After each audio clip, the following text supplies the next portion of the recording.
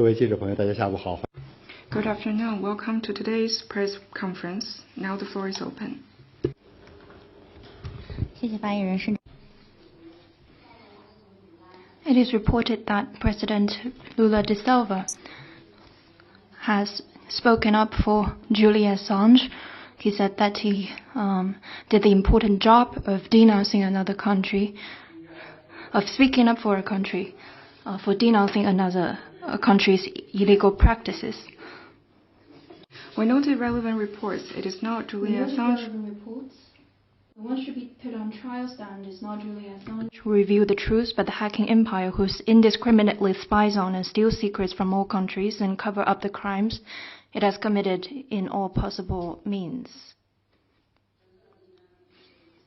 Though China and Cuba denied the recent reports, the U.S. government said over the weekend that it had information about this alleged spy center that they say China has been operating in Cuba. What is your comment about it? Thank you. 近期，中国和古巴都否认了关于古巴间谍基地的报道。美国政府周末称了解被指控的古巴中国间谍中心，中方对此有何评论？我上周已经就有关问题表明。I made clear China's position on this last week. Over the past 2 days, we've seen U.S. government and media releasing a great deal of inconsistent information on the so-called allegation. This is a show of self-contradictory USA, I would call it. It is my belief that there is no confounding what is true and what is false. With all the slander and smears, the US has no chance of driving a wedge between China and Cuba. We are sincere friends, nor can it cover up its deplorable track record of indiscriminate mass eavesdropping and spying around the world. Next question, please. 谢谢发言人。总台国广记者提问：近日，哥伦比亚政府 In recent years, the Colombia government and the ELN reached a ceasefire arrangement in Havana. What is China's comment? China supports the peace process in Colombia and commend the efforts of relevant parties for peace. We hope that parties concerned will continue to build consensus for peace and play a positive role in realizing lasting peace, stability, and sustainable development. 下一个问题。Next one, please. From AFP, New Zealand's Prime Minister Chris Hipkins announced today that he'll be leading a major trade delegation to China at the end of this month, and they will make stops in Beijing, Tianjin, and Shanghai. Do you have any additional details you can share with us about this visit? Thank you. 重要合作伙伴。去年Important partners in cooperation. Last year, the two countries celebrated 50 years of diplomatic ties. And China is ready to work with New Zealand to keep communication, high-level communication going on and promote bilateral relations for greater development of bilateral relations and bring more benefits to people. I have nothing to share for the visit you mentioned at this moment, but I welcome your interest. Next question.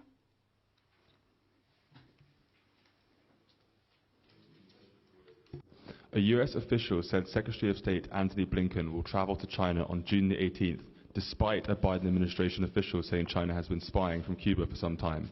Does China have any comment or any update to share on these points? Thank you. 虽然中方已经 On the alleged spy activities of China in Cuba, this is a piece of false information, and I stated China's position earlier. I don't have anything to share on the visit as of now. 下一个问题。 Next question.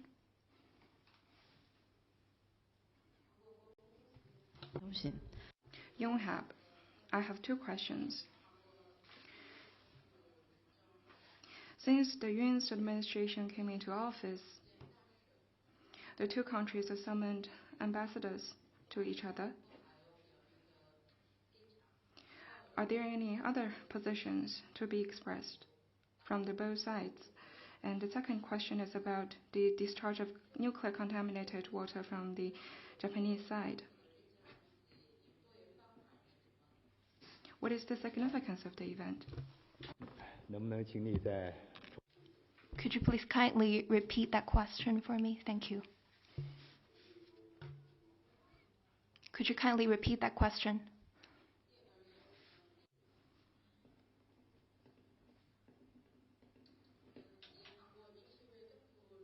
Since the Yun's administration came into office, the two countries summoned the two ambassadors. Besides the statement from the foreign ministry, are there any positions from the Chinese side? And the second question is about the discharge of nuclear contaminated water. What is the position from the China side? And what is the responding plan from the Chinese side? 如果 If I get you right, you want to ask about China's position on relevant Korean officials' representations with Chinese ambassador to Korea. Let me tell you, it is the duty of Chinese ambassador to communicate with people from all walks of life in Korea. He's doing that because he wanted to promote bilateral relations.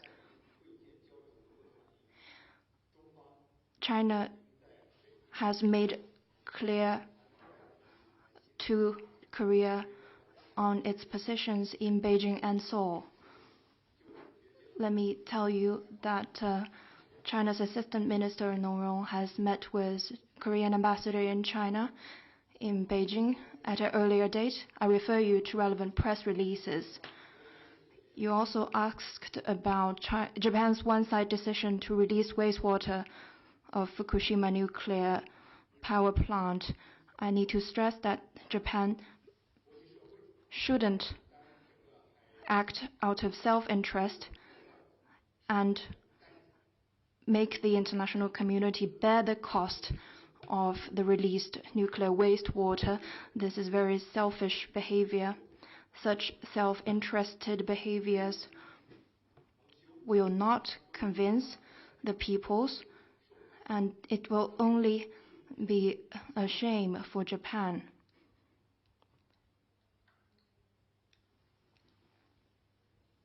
And do harm to its international reputation. Next question, please.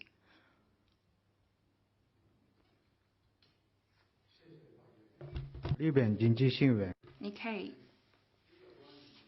My question is about the Stockholm International Peace Research Institute's publishment.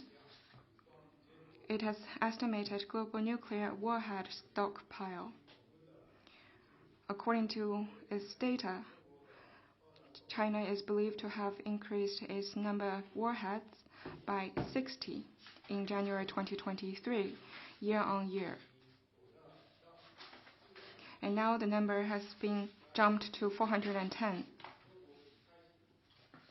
The Institute suggested that China has started a significant expansion of its nuclear arsenal. What is your comment? Besides, China has been saying that it always keeps nuclear capacity at the minimal level required to maintain national security. Has this belief changed? The so-called minimum level required, will it change according to the changing security environment? Thank you. China follows a defensive nuclear strategy and keeps its nuclear capabilities at the minimum level required by national security and does not target any country. China abides by a no first use policy at all times and under all circumstances, and commit not to use or threaten to use nuclear weapon against non-nuclear countries or regions without strings attached. And China is the only country to adopt such a policy. China will continue to commit to global peace and security. Next question, please. From Bloomberg. One to follow up on the Blinken visit. We're wondering if the White House acknowledging the existence of an alleged Chinese spy facility in Cuba will affect Secretary Blinken's planned visit starting from June 18th. And the second question is that Bloomberg has reported that the last Indian journalist working for an Indian media outlet has been asked to leave China. Does the Foreign Ministry have any comments?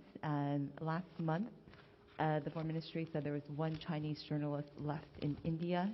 Is this journalist still in India? And any updates on this visa situation?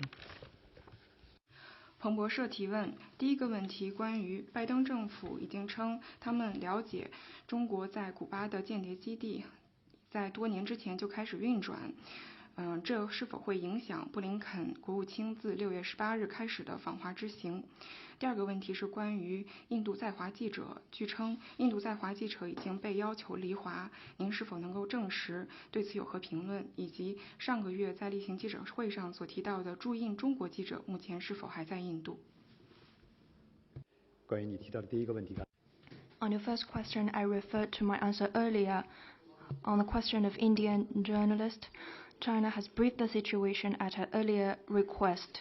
Since 2020, India has refused to approve Chinese journalist application for stationing in India and insisted on issuing 3 months or only 1 month length of visas only, resulting in a sharp reduction of number of journalists in India from 14 to only 1.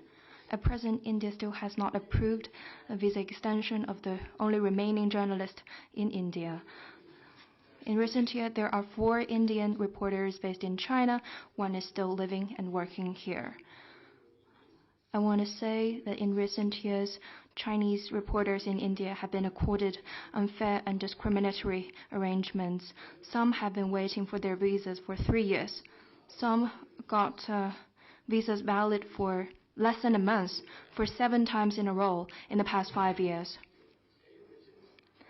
With such short-term visas, they are unable to apply for resident permit, bank account, SIM card.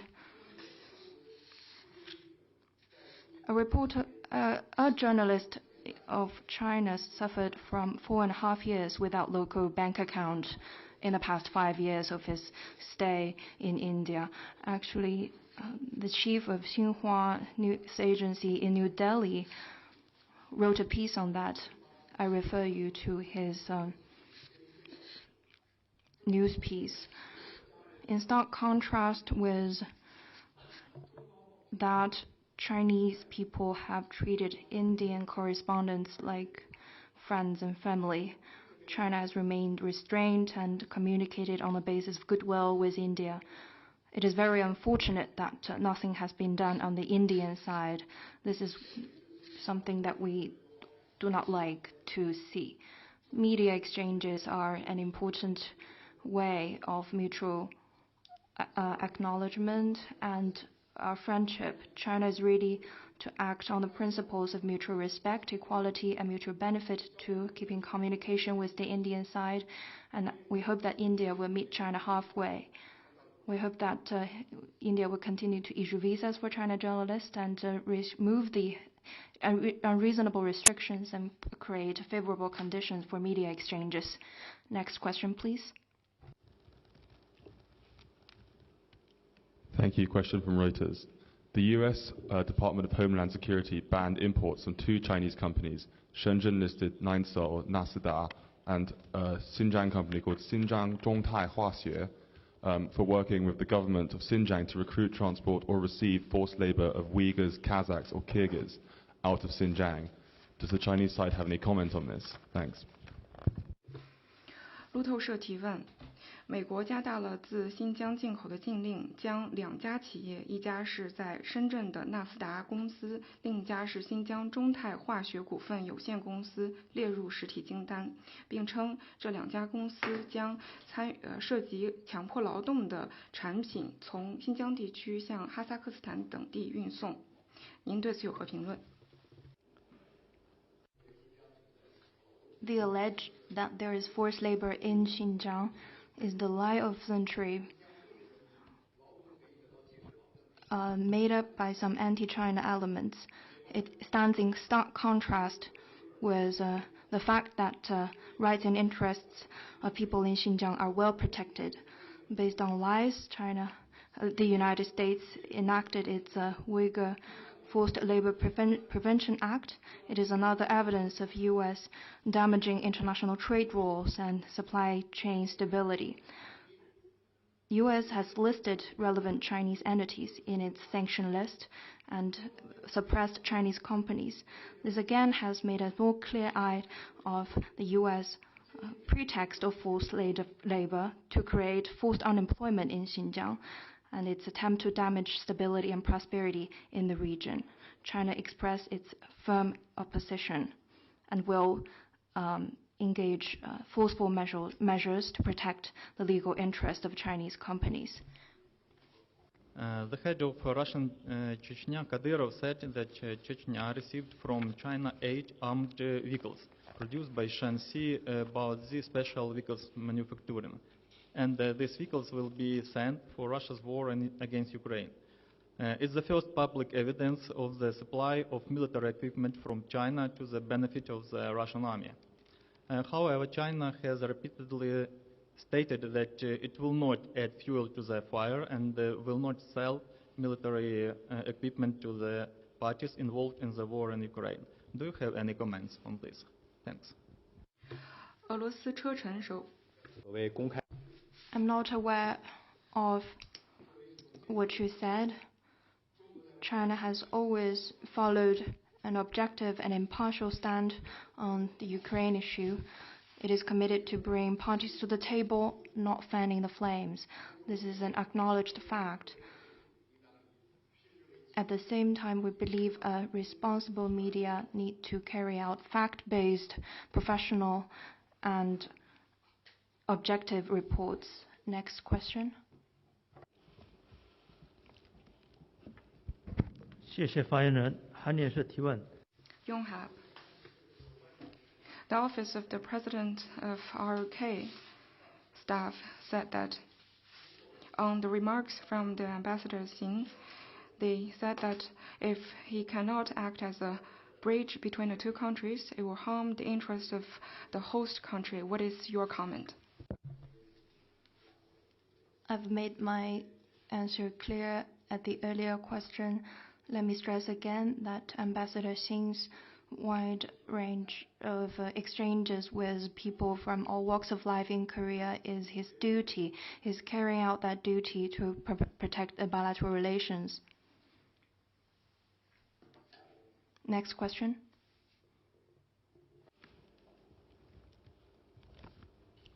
Thank you. Question from Reuters. South Africa said its President Cyril Ramaphosa discussed with Xi Jinping the August BRICS summit. As Putin is subject to an arrest warrant from the ICC, that would mean South Africa would have to arrest him on arrival in their territory, but at the moment is considering legal changes to avoid this. President Xi has said he supports South Africa's decision to host. So my question is, has Cyril Ramaphosa, the South African president, asked Xi if China can host the summit instead? 路透社提问：南非总统与习近平主席讨论希望在8月份的金砖国家领导人会晤期间与习近平主席进行会面，并且讨论了是否要在法律上进行一些改变，来避免在境内逮捕普京总统。那我的问题是，习近平主席也向南非方面表达了支持他们召开今年的金砖峰会。我的具体的问题是，拉马福萨总统是否要求习近平主席能否在中国举办今年的金砖峰会？ China supports South Africa, the BRICS rotating chair, in holding BRICS events this year. Next question, please.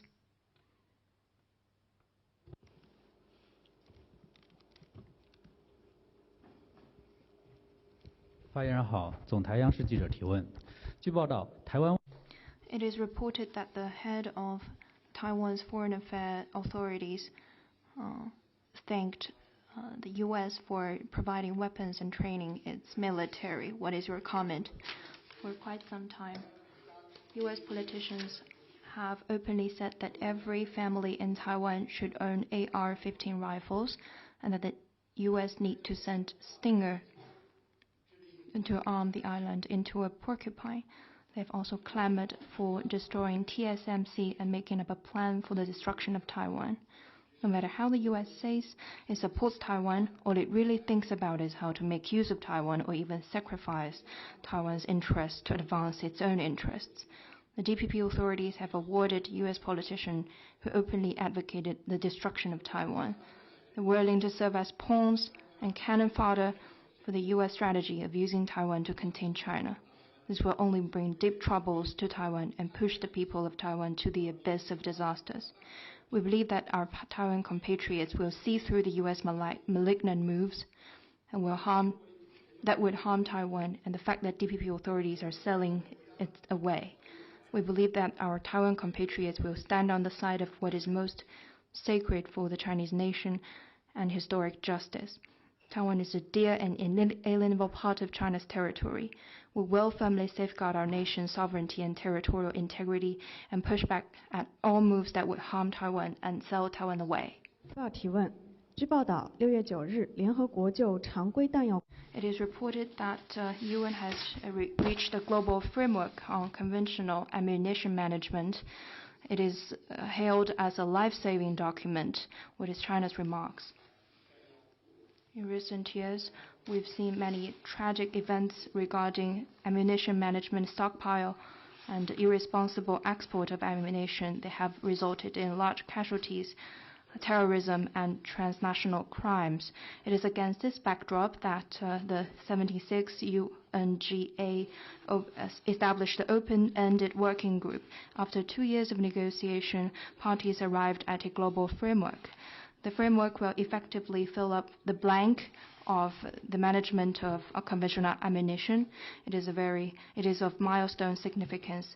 China has participated in the working group with a very constructive stance and has played a coordinating important role. It is at Chinese proposal that not to export ammunition to non-state actors became a part of the global framework. It speaks to China's resolution in this area. Going forward, China is ready to build a community with a shared future with global partners and step up cooperation in this area. Next question, please.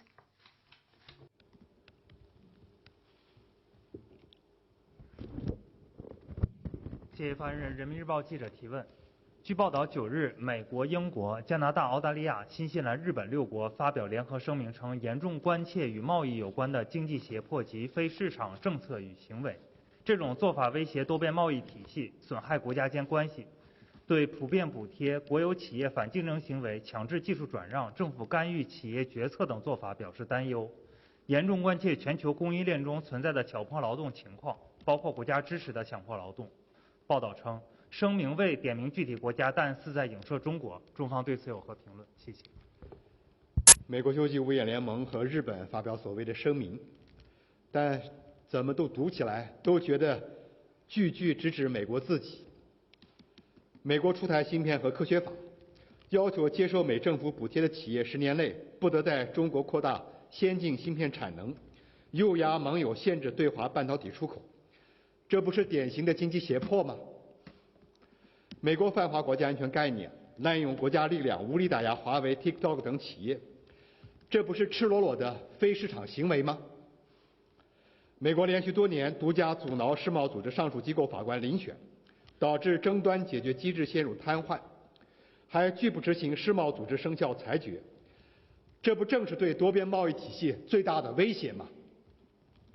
美国出台通胀削减法，大搞歧视性补贴措施，引发补贴竞赛，这不正是违规补贴扭曲市场的教科书式的案例吗？至于强迫劳动，这更是美国自诞生伊始便存在的顽瘴痼疾。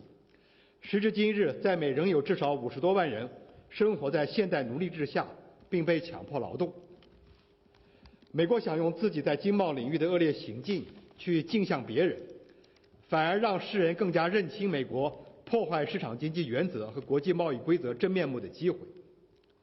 建议英国等相关国家对照这份声明，敦促美方一一纠正自己搞经济胁迫、单边制裁、长臂管辖等非市场行为。